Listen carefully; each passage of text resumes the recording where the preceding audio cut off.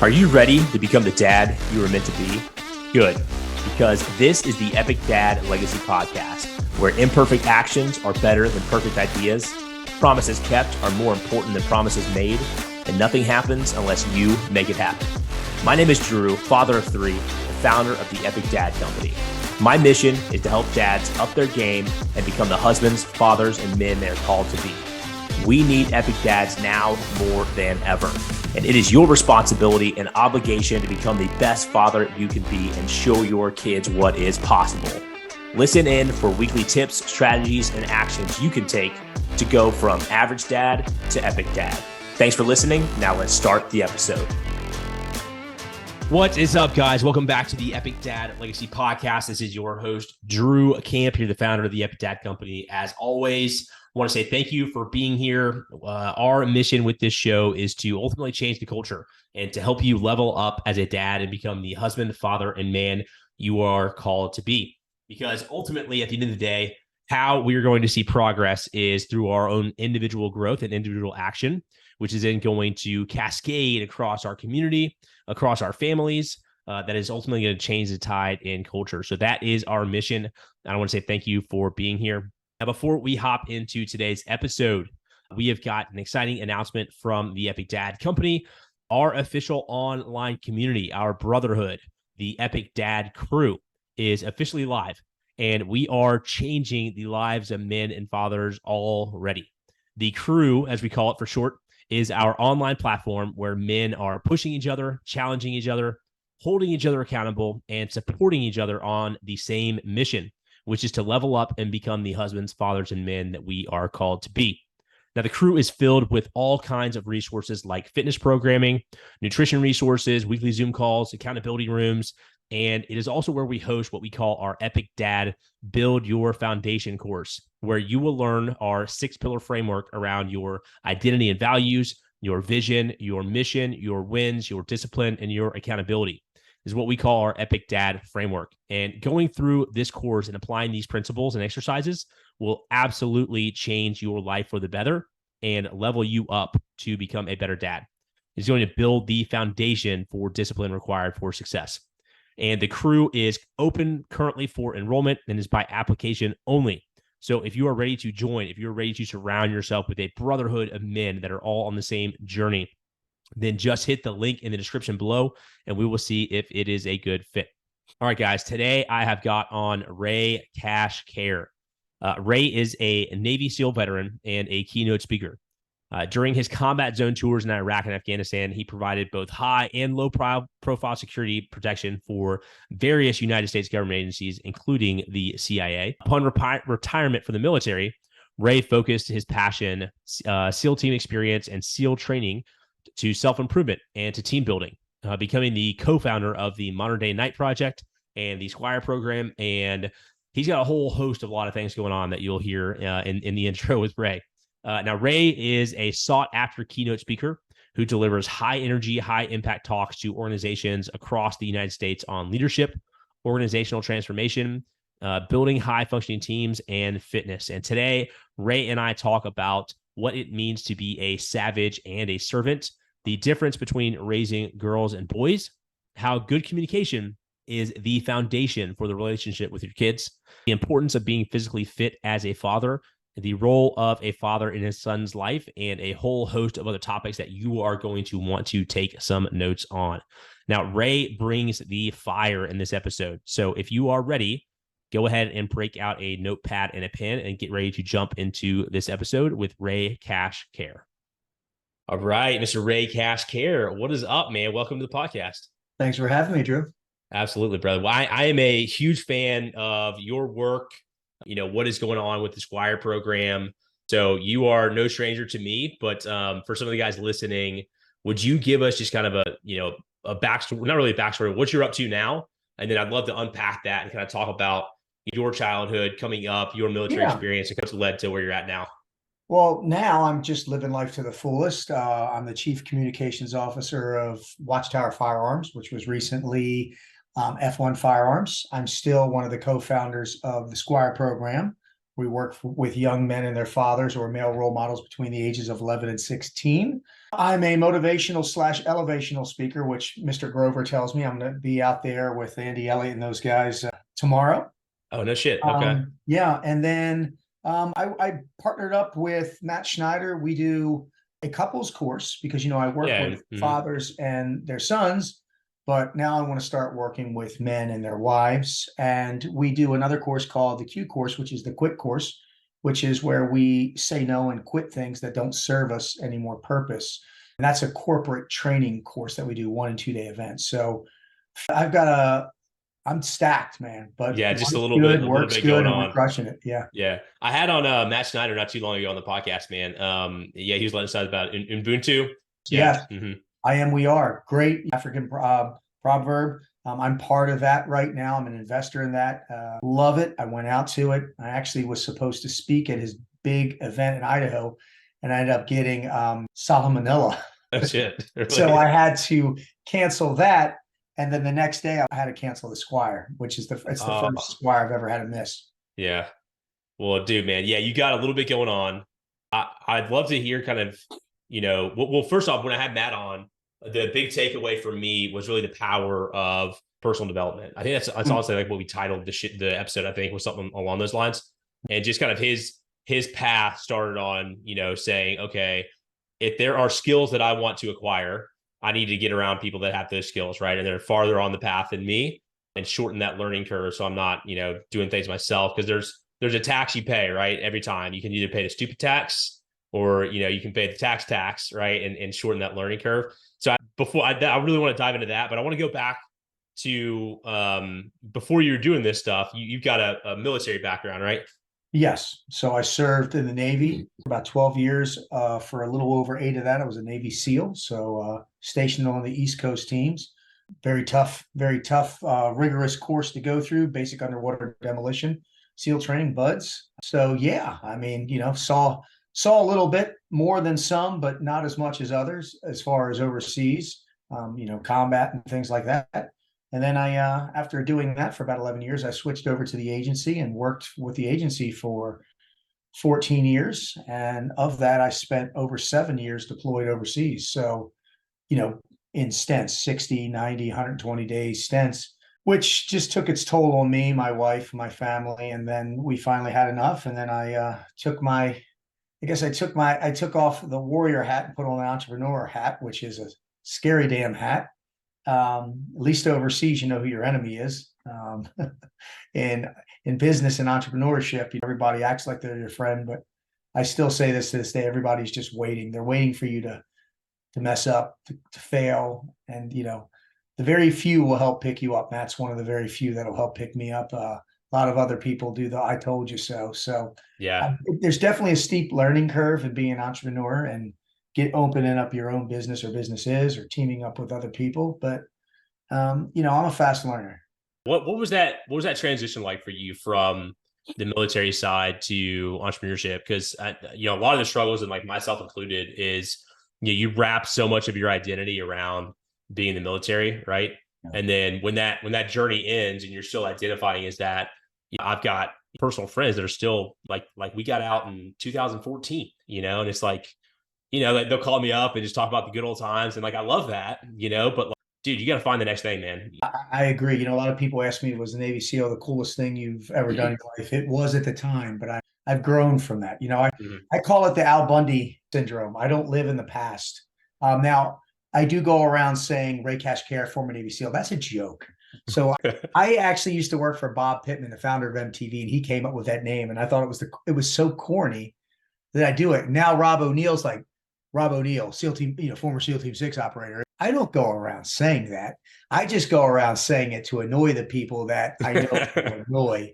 But the transition for me from obviously military to agency life was easy. Yeah. The initial transition into the business world, which was funny, is because Matt Schneider and I both met. Bedros Keuilian brought us together. I spoke at an event, opened up for Bedros, and we hit it off immediately. You know, if you don't know who Bedros Keuilian is, Yeah, no, that was actually one of my questions was just really around like, we kind of talked about like putting yourself in those positions, right? To oh man, be mentored. And I was like, how do you know, like what it's and like? that's where I'm getting. I know all the big dogs. I was just at a Sean Whalen event. He called me out 11 times on stage. I mean, Tim Grover calls me out. I have a knack of being who I am, no matter who I'm with, and people love me or hate me. Luckily, the right people see my energy and my passion, and they know I'm fucking crazy. But it's in a good way, right? I mean, I'm not hungry. I'm starving, and opened up for B at a speaking event. He goes, "Hey, I know that you said you used to do this stuff with some other SEALs. I'd like you to come out and kind of put that down and show my team how to think and operate, shoot, move, and communicate like a SEAL." And I'm like, yeah, I can do that. And just so happened Matt was going to go out and he was teaching the shooting portion because he owned a big gun facility in Idaho at the time. And we just hit it off. And, it's all about having that chemistry. And I had Bedros's daughter, Matt has a square log called the Twig. It weighs 200 pounds. And at the time, I think she was 11. And she is, you need to move it from point A to point B. And, she's trying to figure it out, right? Decision making, take, and she figured it out and she started just pushing it, rolling it, not, long ways, just roll. And as she did effilade, defilade, incline, decline, I know you that is, but military terms, she went down a hill and everybody's cheering because she did it. And I said, what are you cheering about? You're not done. She said, you told me how to get to the cone. I said, now I'm going to show you what life's all about. I'm going to show you a curveball. Now you have to move it back. Yeah. Up the hill. And she goes, what do I have? And she looked at herself, and she's kind of like did this and looked at the log, looked at mom and dad who were like this because it's a 200-pound log. And I said, what do you have to do, young lady? She goes, I just have to do what I just did, but do it better. Not only did she do it better, she increased the time going up the hill, which I told her, you always have more in you. From that moment forth, Bedros is just like, hey, listen, I think you've got this amazing gift. I have an amazing platform. I want to bring Matt in. I want to bring these other people in. They've been talking about this idea. And that's where we formed the project where I'm Not So Nice. And we formed from there, listen, I think it's, what was it? Frederick Douglass, whoever that said, it's easier to teach young boys than it is to fix broken men. Yeah, and great quote. So we just, I had a horrible childhood growing up, which we can get into. Father was murdered. I could go on and on and on. And I didn't have guidance and I didn't have structure. No one taught me anything. So collectively, myself, Matt, Steve, and Bedros, of 4 of the 5 were fathers. We had sons. So we were like, well, shit, why don't we apply what we've learned? And that's how we did the Squire program. So everything just kind of stemmed off the project. And then we did the corporate training and then we did this. But it was amazing. It's an amazing thing. Bedros has introduced me and Matt to a lot of people. And what's so great about Bedros and other entrepreneurs is they'll take you so far. And then after that, you've got to kind of branch off into your own thing. Matt and I are branching off right now, doing our own thing. I speak on my own, but I do the corporate training with him. I'm not part of the project anymore, which, I left on good terms. It's just, I have a full-time job now and you can't break away for 4 weeks, take 4 weeks of vacation to scream at people and come back. Because when you're done with that program, like we don't sleep, you're a mess. So, my boss was like, listen, you could do, I love the Squire. I love all the other things you're doing.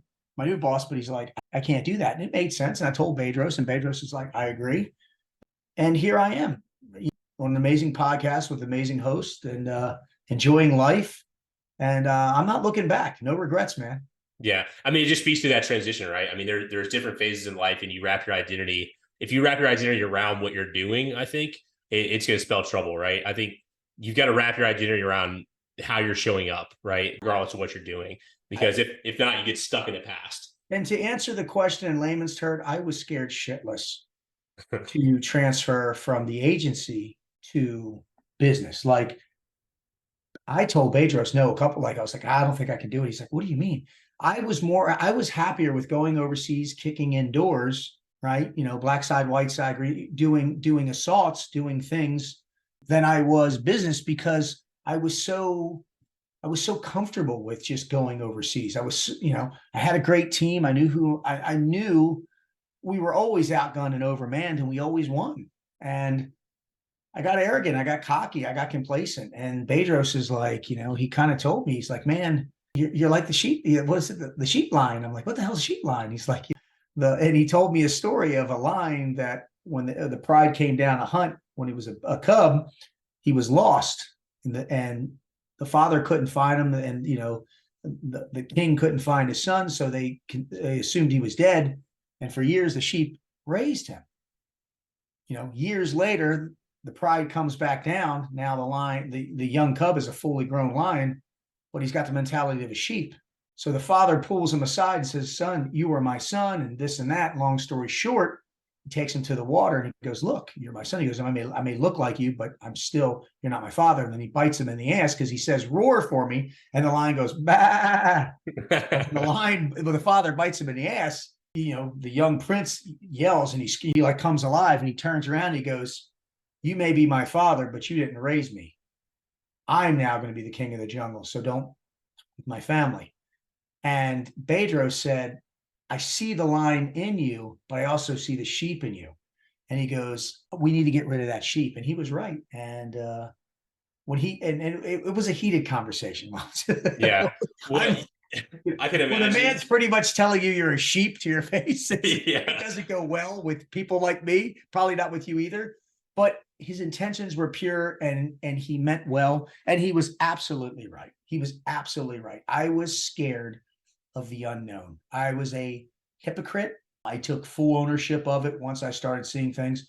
And I do have some doubts and regrets. I did at first, but not now. Like anything, there's transition period, Christ, when I was single from a father, there's a transition period. It's hard. New things sometimes are hard. And it's not being a father, being an entrepreneur, being successful. It's not supposed to be easy. I thought it was just like, oh, this will be simple. I was a Navy SEAL. I'm going to make millions of dollars. Oh, I adopted my son. This is going to be simple. I had a daughter. No, it's not. It's not supposed to be hard. It's supposed to challenge you.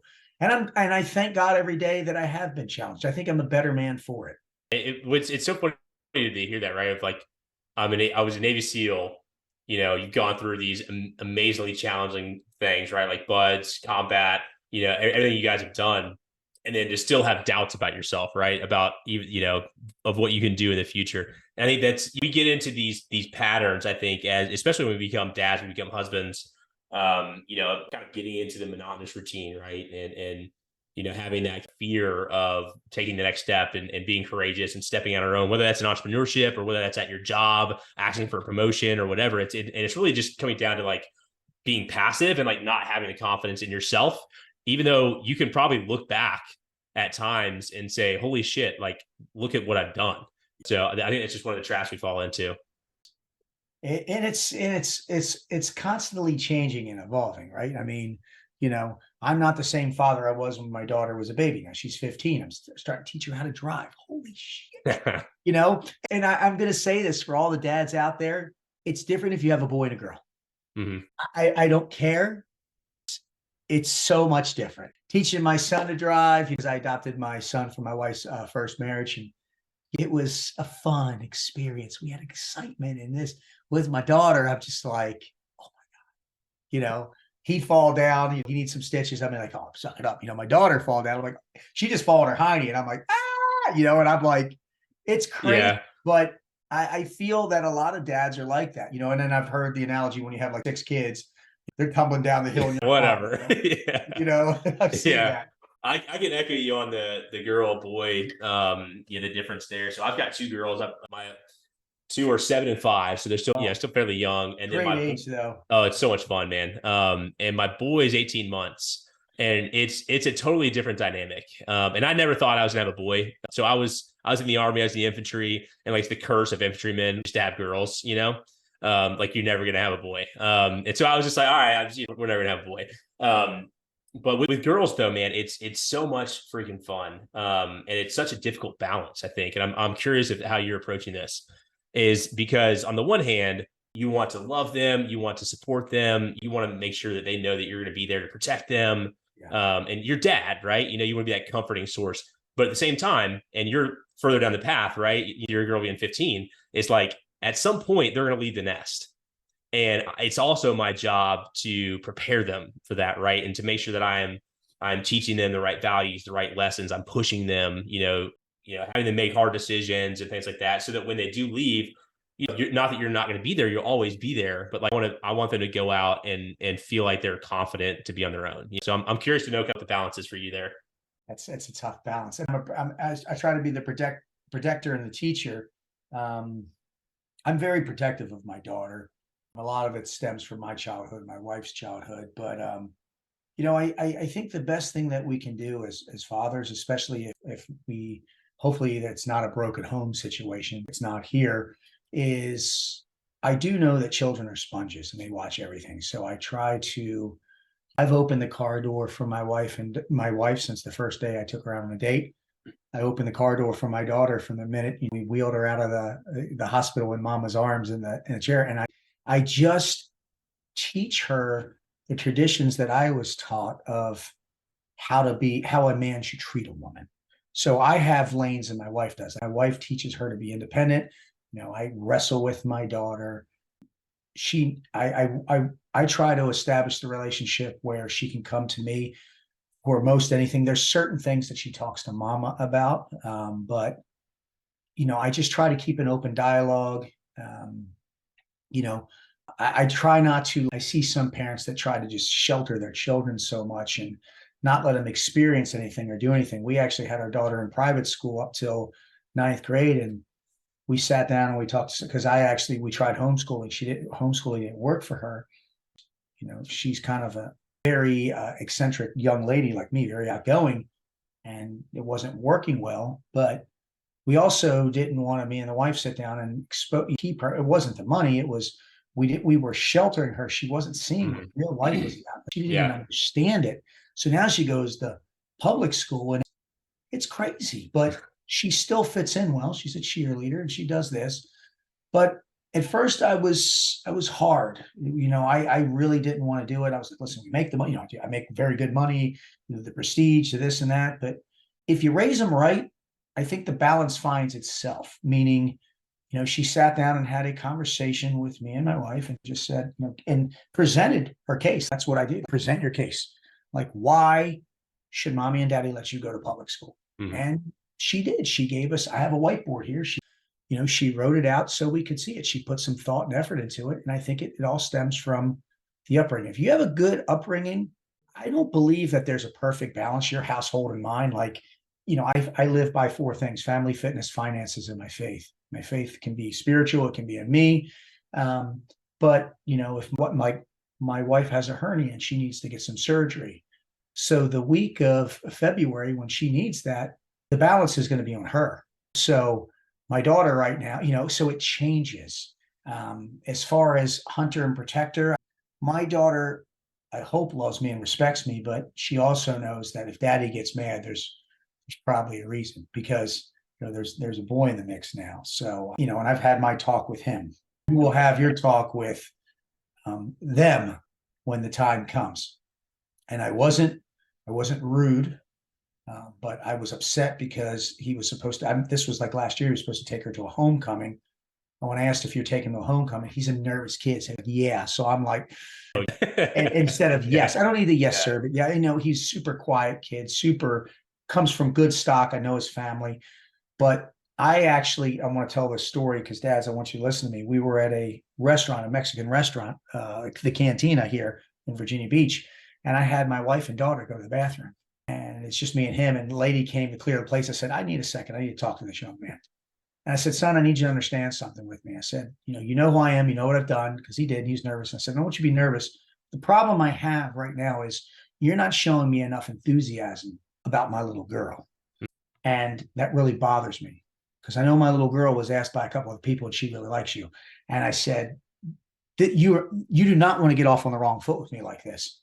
What I didn't know is he already planned some extravagant thing the next day that my wife didn't tell me about. But I want to get back to the balance. And when it was over with, we dropped them off. And in the car, we had a conversation. And the first thing my daughter did was she was like, I can't believe. And Yeah, you talked to him. Yeah. I pulled the car over and I said, listen to me. You are my life. And you need to understand that mommy and daddy have your back. But I will not allow you, I won't allow you to hang out with anyone that isn't enthusiastic about being with you, because I'm enthusiastic about being with you. And I love you. And you're that type of person. And she understood that. And that night, my wife told me, the news that, this event was going to happen. And I didn't apologize. I wasn't going to apologize. The next day when I saw him, he did all this. And I said, listen, I think it's great that you already had this planned out, but I'm not going to apologize for being passionate about my daughter and who I allow her to hang out with. Because until she's 18, she hangs out with who I say. And it's been about a year. They have a great relationship. Very, everything's supervised. And because of the upbringing and the relationship she has with me and the relationship we have with their family, we know what's going on and what's not going on. Versus like when I was a kid, yeah, I'll leave it there. Yeah. It's going to be interesting as my girls grow, like how I'm going to approach that. Times have changed too, though. Kids are having sex at extremely young ages, and and a lot of other things are happening, and drugs, and back when I was young, I'm 50, getting ready to turn 52. How old are you? You're a little younger, I can tell. Yeah, 37. Even then, it was just a different time. It was a pure, cleaner time, Yeah. And now it's just, we throw words around like, I see dads that are built and people are saying that's toxic masculinity. No, it's not.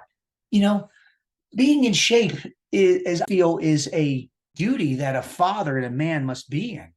You have an obligation to be fit. You should be fit to protect yourself and protect your family. I have my pride and you have yours. I hope that we never have to fight, but if we do, we'll both be ready. And normally, two kings of the jungle, they can go about their business because they know we're not going to bother with each other. We might have a few words spoken, but you have to be in shape. And that's the one thing I'm going to tell all the dads, listen, man, if there's one thing that you have to change right now is if you're not in shape, get your ass in shape. Yeah, 100% agree with that. Like, thanks on that. So back to the daughter that I want to touch on being in shape, because I think ultimately it comes down to it. It's like, if you think about it, the difference between the girl, raising a girl, raising a boy, is you're raising a girl to grow up to be a woman. And what you want to do is set the example of the type of man that she's going to marry. Yes, right? That's exactly right. I don't want her with because here's the thing. And listen, it's as simple as this, Drew. When you look at me and I look at you, the first thing that we notice about each other is a physical appearance. When you met your wife and I met my wife, you were not attracted to her personality. You were attracted to her physical appearance. And then from there is where the real growth started. But, as a dad, as a father, as a husband, discipline is key. The purest form of discipline that I feel a man can have is be fit. I don't care about the money. I don't be able to provide, but I don't judge a man on like if you're driving a Rolls Royce or you're driving a beater. Are you in shape? When called upon, will you answer that call? Right? Can you, they said like over 80% of American men can't do 3 pull-ups. That's insane. What if you, and I want my daughter to be around a masculine man who is respectful. That's why I try to be so respectful. Now, and there's things in my house as a father that we try to do. We try not to argue in front of the children. Try not to never discuss money in front of the children, right? My daughter. And, from a general just standpoint, we try to have fun. We try to have fun. Like a story comes to mind when my daughter was like 11 and she was still going to private school, and I hold a hand, and dads, hold it as long as you can. Yeah, hold that hand as long as you can, man. Just as long as you can. And I remember she asked me. I was holding her hand. She got ready to pull it away. So I let it go. I don't want to embarrass her. She goes, "Daddy, can I ask you a question?" I said, "Yes, ma'am." She goes, "Some of my friends, they kind of make fun of me and ask me why I still hold hands with my daddy." So I just stopped right there and I turned around and looked at her. I said, "You know what, sweetheart? You need to ask them why their father doesn't hold their hand." Why they don't. Yeah. And she just grabbed my hand. She's 15 now. You know, listen, she's holding another young man's hand right now. But I told him that hand was mine. It'll be mine before and after you. So tread lightly, young man. Yeah. He's very respectful. I know he doesn't, pressure. It's just, and I like it. A lot of when they're at the house, there's laughter. As a father, you don't want silence. Yeah. I want laughter. I want laughter. Yeah, you don't know what they're doing if it's silent, You want laughter. Yeah. So a couple of things on dad stuff real quick. Yes. So like it's my oldest daughter's 7. She's had like a quote unquote like boyfriend, it's a school thing, whatever, right. And I've caught myself because I think the way that we were up and kind of our culture, at least in my family and probably a lot of the other guys, it's like, you kind of tease the daughter, right? Of like, oh, boyfriend, you're not allowed to have a boyfriend, blah, blah, blah, this stuff, right?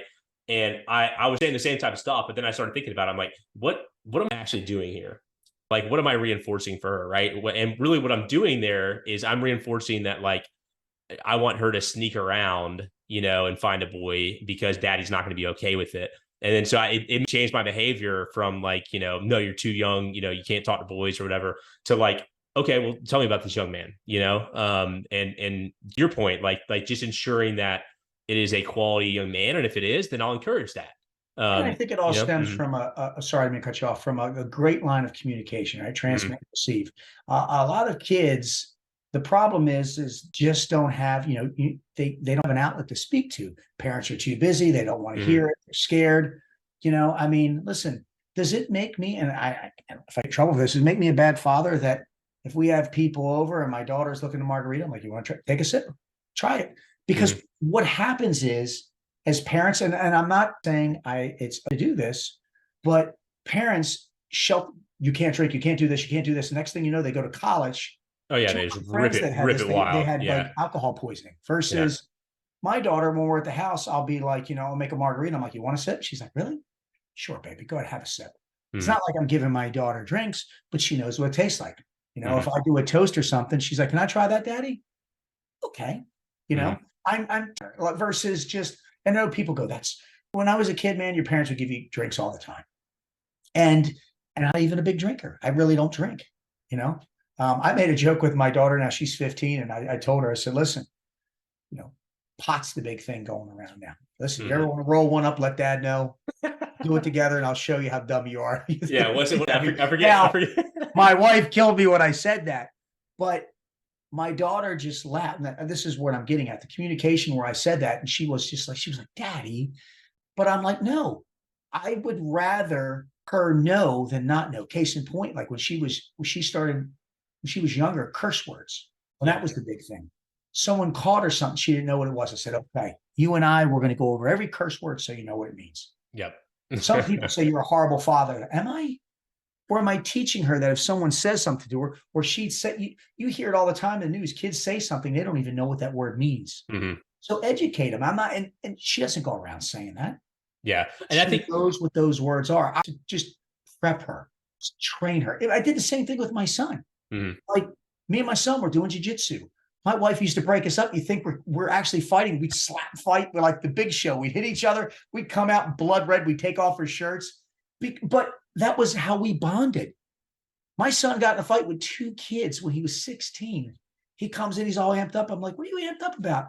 He had a black eye. I'm like, did you win? He goes, yeah, Dad, I kicked the crap out of him. I'm like, it's fine.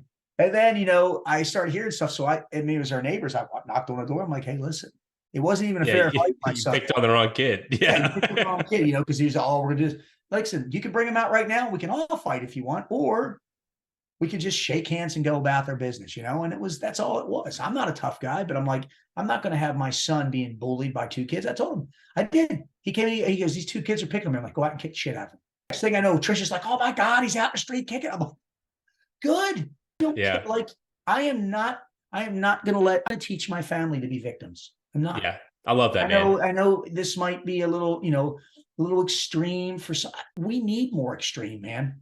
Yeah. Back in the day, Drew, you and I have a problem. We go outside, we talk, we swing, it's over with. Yeah, then you shake hands and get over it. Now everybody, you see things, nobody wants to help because everybody's too busy on their phones filming it.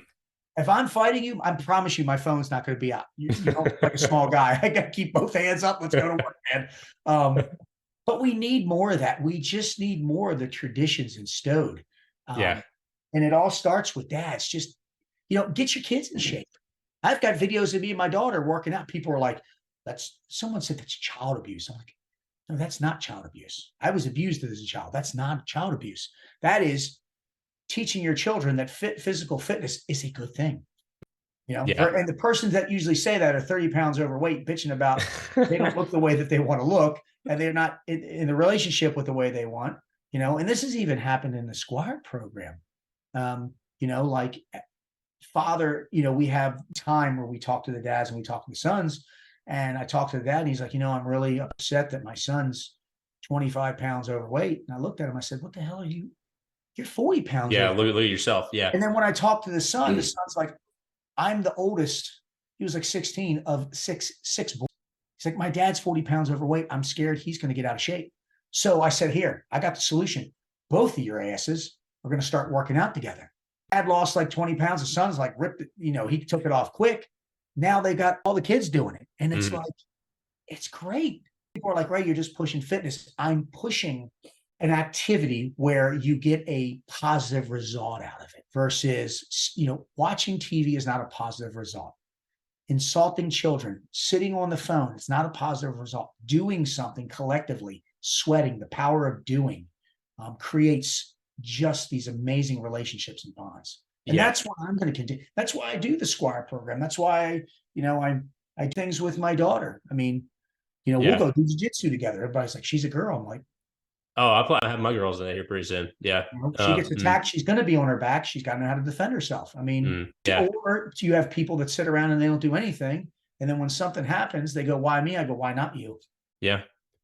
Yeah. I mean, on the fitness piece, I think it's important for a lot of reasons. And then this will kind of lead to like where I want to take it with like having a son, is one, because as the father, right, you are the leader of the household and you are setting the example. And so just like you were saying, right, hey, I'm worried about my kid being a little bit chubby. It's like, okay, well, look at yourself. What example are you setting, right? So like that's number one. It's like you are the leader, you're setting the example. And then two, I think fitness and nutrition is one of the few areas in life where you have basically 100% control over the outcome. And business and your relationships and things like that, right? You can try to, but ultimately you may not own that outcome. But outside of a few, maybe health issues or things like that, right? You can control how you're treating your body, what you're putting in your mouth, and the discipline you bring to your fitness, right? And get a result. And to get that result, you're going to have to build discipline. And the discipline you build from fitness is going to start to correlate to every other area of your life. So it's like, why not start there? It's so important to me. Yeah. And I say the same thing. I'm a control freak. And I agree. I say this all the time on my podcast. I control what time I go to bed, what time I get up, what I put in my body, what I put on, who I surround myself with.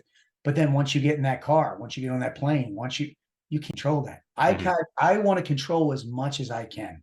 And people go, you're such an alpha. Well, if that's what an alpha is, if I want to control the narrative, the dialogue, the self-talk, which is going to produce a more productive, efficient me, so be it, man. So many people, so I see with dads, they're just like, they're waiting. I'm like, what are you waiting for? Today's not the day. Today is the day. That's why I have the shirts I usually wear. I bet on me. It's dirty. Bet on yourself, Dad. Bet on your family, because it's contagious. What you do is a direct reflection of what your children are going to do. Now, there are some cases where, you see it, like the police officer has the child who's like the complete delinquent, juvenile, crazy kid. But does that stem from a strict childhood where they're not letting them actually be themselves? Like I've let my daughter try different alcohols, and she's like, I don't like that. Well, okay. Well, I know what to have in a house because she's not going to drink it, but you can use things to your advantage. And I'm not rushing, and I don't rush my children to grow up. I just want them to know what to experience when they get in that grown-up situation, so they don't do so. I don't want my daughter to be peer pressured. I don't want her to be peer pressured or into sex. I didn't want my son to peer pressure a girl into sex, into drugs, into booze. So it's like, listen, I told him drugs are bad. Your dad did drugs when he was young. And they did nothing for me. They got me into fights and they got me locked up. Now, You two want to do that? That's fine. Or worse, but the one thing dad never did, one big is you don't drink and drive. Like I do not touch alcohol. Like my wife will have a margarita. I won't touch it. I won't touch it. That's the rule in the house. Like they both know that. Like I had my son when he was young, and this is what I'm talking about with great communication. This is when you know you're doing it right. My son called me. He was drunk. So where are you, son? He was past her. I was nervous. Oh, Dad, I kind of passed out now. Some parents would go, oh my God, I can't believe your son did that. You can't believe my son had the relationship with me to call me. Mm-hmm. Now, did I chew his ass? No. Next morning, when he had the hangover, I got on him a little bit and taught him a lesson. But I'm proud that number one, he didn't get behind the wheel, and number two, God only knows what else he could give someone else the car. So many things could have happened. And, he's getting upset. Dad, please don't be mad. I said, mad. I talked to him the next day. I said, listen, I'm not mad. I'm a little upset. I'm a little, not pleased. I don't want you drinking, but I am for calling me. But this isn't something, I'm not going to be proud if this happens again. Next time I'll be pissed. Like, don't drink like this. Like, if you're going to go to a party, right, and you're going to drink, that's fine. Let dad know. I mean, he was 17 at the time, so it's not like he was, I drank when I was 17. So number one, you shouldn't be drinking to get shithoused. You get nothing. There's no benefits of it. There's not. Number two, what I'm worried about is you getting behind the wheel, or you not realizing that you're getting in a car with someone else that's drinking, and then I lose you. And I'll tell you what, after that, I think he called me 2 more times until he joined the Air Force, which in the grand scheme of things, isn't bad. And he wasn't even super drunk. He's like, hey, Dad, listen, I had 2 beers. I know what you said. It's like he usually would come in by 11:30. He goes, Dad, it's like 11 o'clock. He wasn't far. Can you come get me? Yeah, man, I'll come get you. Mm-hmm. And we would do that. Yeah. So, and as a dad, to me, that's a win. That's a W, baby. Yeah. That's a huge win. And like, it's funny that you mentioned that story specifically, because that's one of the things that I tell myself all the time in like how I'm raising my kids now when they're young is the communication strategies, and make sure they can trust dad, right? To come talk to them about whatever, because I want to be that dad, right? That when, hey, my daughter's at a party, she has a drink, she knows that like, hey, dad doesn't want me to do this, but like, I can trust that I can tell dad anything, and I'm going to call him to come pick me up. And like, that's what I want. I told my son, I said, listen, when I pick you up, you're not going to hear it. The next day, and that's the thing, like the mom's like, Mom, I get that's your son. I'm like, okay, Mom. But, but I can tell her, at least he told us. And same thing with my daughter, she's like, mm-hmm. Oh my God, like my daughter you'd think I'd beat my daughter. I remember when she got a B. She gets like straight A's. She got a B. And she's like, I'm like, what is wrong? Like, what happened? She's like, you're going to be. I said, sweetie, did you do your best? I did, Daddy. I just, okay. Yeah. And kids, there's 2 types of kids that'll do that and run with it. Kids that'll just be like, wow, I told my dad that I did my best. He believes me, he's in me. So I'm gonna do better. And she went right back on the, all A's or whatever it is. I wasn't a good student. I'm like, hell, I'm just glad now her brother, holy shit, was me, but she's great. I give her slack with that, like I give her, she has chores. I really believe that dads, as soon as you can, you need to start getting your kids chores as soon as they can. I don't think there's, too young of an age. I definitely think there's too old of an age, but, I mean, me and my wife, we dishwasher, help with clothes, my son did yard work. God help him. You'd think Helen Keller was out there cutting my lawn, but wait, just that. Yeah. Like you'll see, you'll go out there and just shake your head and go, I can't believe this came from me. What did you do? It's awesome. No, I want to. So I agree. And those are some of the things that I'm trying to do like now as they're young to like build that trust, right? So it's ingrained in them. And one of the things that we tell our community, bunch is like, some things you can do to build up that confidence in your kid. It's like, and a lot of the guys that follow us have like younger kids, but it's like, hey, when you put your kid down to sleep every night, like tell them 3 things. Like tell them that I love you, I'm proud of you, and I'm glad you're mine, right? Because ultimately, like they just want to feel accepted, like by dad, right? Is like that dad accepts me for who I am. And sometimes when we place that external pressure on them, like such as grades, things like that, right? Like then we get in that scenario where they are tying their worth to like and at the end of the day, like that's not true at all. But just in the way that we message things sometimes without even thinking about it, like we may be reinforcing that, So I think when our kids are especially, like we have to be cognizant of that stuff of like how are we communicating with them, and like how are they receiving that communication? Just because it could root itself into like some bad habits later on down the road that you might not even think about, Yeah. Yeah, I agree. I great about this is it seems like, humans are on three frequencies. It seems like as a dad, whether, mine's a little older, yours are younger, we're on that ultra high frequency. And the key is to get them on the same frequency, right? We go and listen, I have to, how was school? Good. What you do? Stuff. We don't do that no more. Yeah, no. So now it's, and there's drills that you can do, Dad. And listen, I'm not the world's greatest dad. I just hang out with a lot of the world's greatest dads. Like when we eat, the phones go away. We pray every night together. Now I'm not pushing religion on here, but every night we pray. If I'm not home, I call in. We pray every night. We've been doing that for years. We go to events together. We go to church together. Like my daughter, I was like, listen, if this little boy likes you, then he'll come to church every Sunday. Not every Sunday, but when he can, he comes to church with us. But then in the same token, he's a soccer player. We go as a family and we support our daughter to see that we support her in her decisions. I'm not dumping my kid off anywhere. No, not these days, especially, man. And we're blessed because, my wife is the toughest gal I've ever met. And she's a stay-at-home mom. She's got the toughest job I've ever met. So it allows me to focus on what I need to focus on. And she can, she takes her to school, picks her up, just the all-American, hot mom that does the stuff, and it works for us. I can't do what I do without, we're a machine, and I have my lane, she has her lanes, we have overlapping fields of fire. And my favorite's when she's like, ask your father. And I don't know what to do. I'm like, she gives me the look and I'm supposed to know. I'm like, yeah, no, you can't do it. Yeah. No.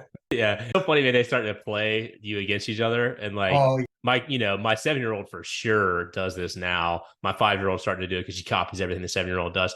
But, she'll come up to me and just be like, hey, Dad, can I have a piece of gum? And I'm like, yeah, sure, whatever. And then I'll look in the living room and Bob's like, I literally just told her no. It's like we got to be on the same wavelengths here. Yep. But I want to bring a walkie-talkie and ask the wife, hey, yeah, you have gum? Can she have gum? Yeah. But I want to bring it back to have a son too. Yeah, son. Yeah, let's go, because I got a son. Let's talk about that. Yeah. He's old. I remember. I could not think back. Yeah, man. So like I said, I never thought I was going to have a son. I was like, just girls all the way for me, pink, everything. But once we found out that we were having a son, I was like, holy shit, man. Like my world's getting rocked. It was just a total mind flip for me because again, it's like with a daughter, I want to set the example of the type of man she's going to marry. But with a son, it's like, I need to set the example for the man that I want him to become. Exactly. And just like, I was like, holy shit, man, I need to look in the mirror, because there's a lot of vices. There's a lot of things that I'm doing right now that I can probably hide from my daughters, but like, I'm going to look at my son and say, I need you to do as I do. And I'm being a hypocrite right now. Exactly. If I want to lead you on the path that I want you to become. And so I started doing all kinds of like personal development, reading books on having sons. And it led me to this book called Raising a Modern Day Knight. By I think it's Robert. I got it up there.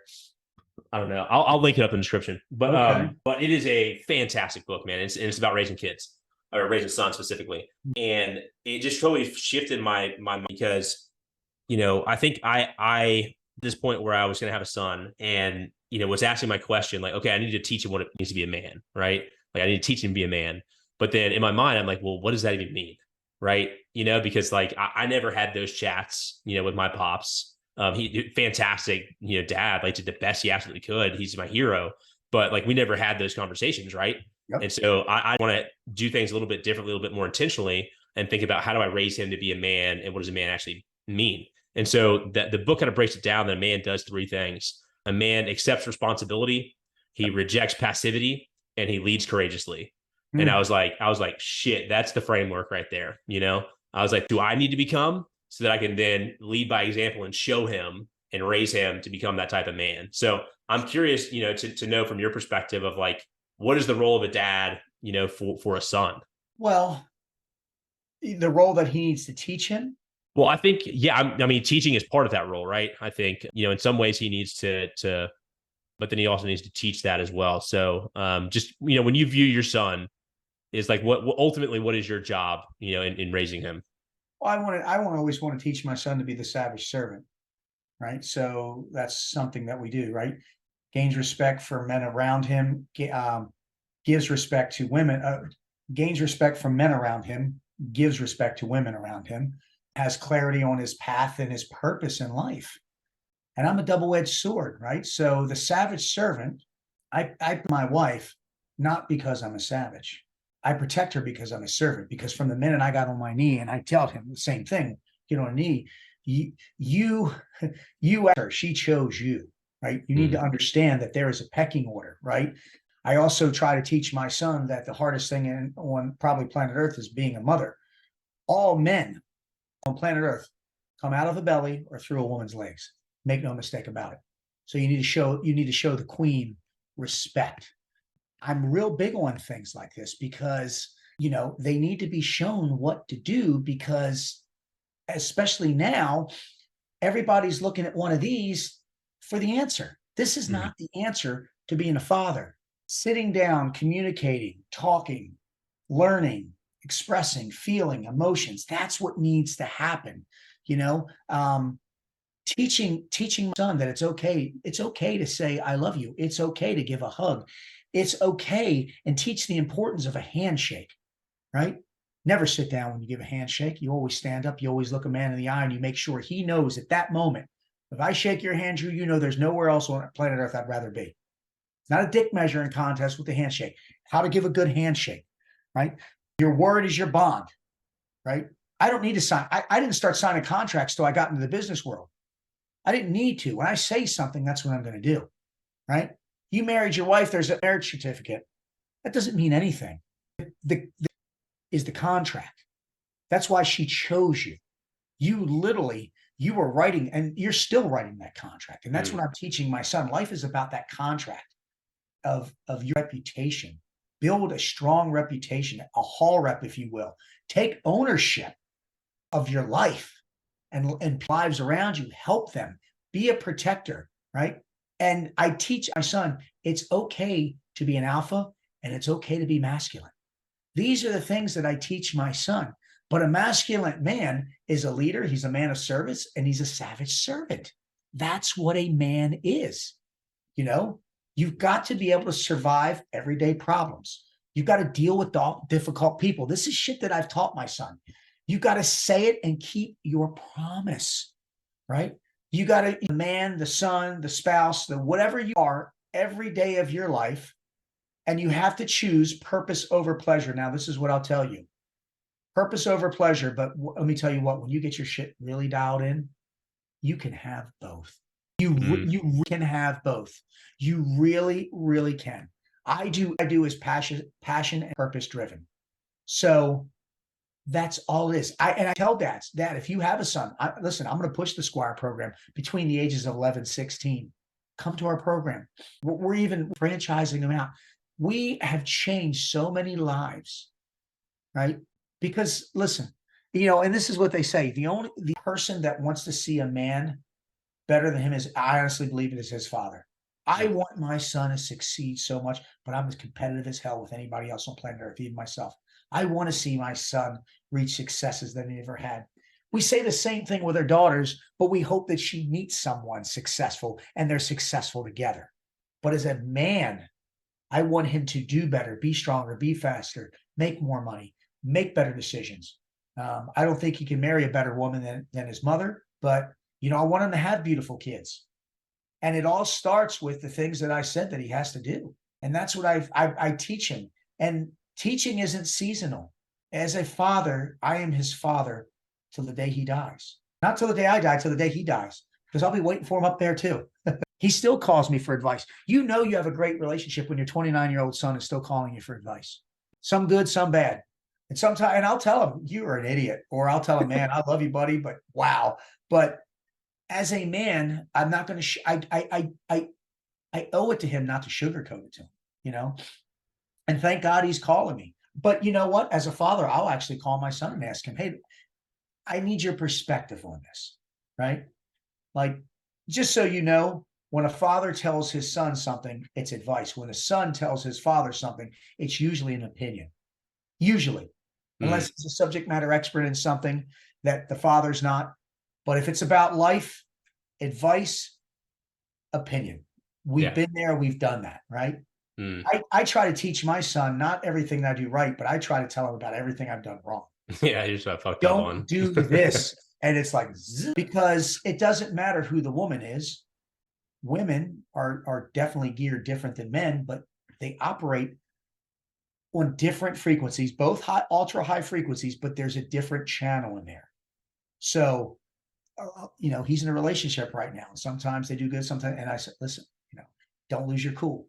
That's not who you are, you know, and this stems back to when he was 6 and 7 years old and people used to think I was crazy. I would make him walk around with me when I would open mama's door before I put him in.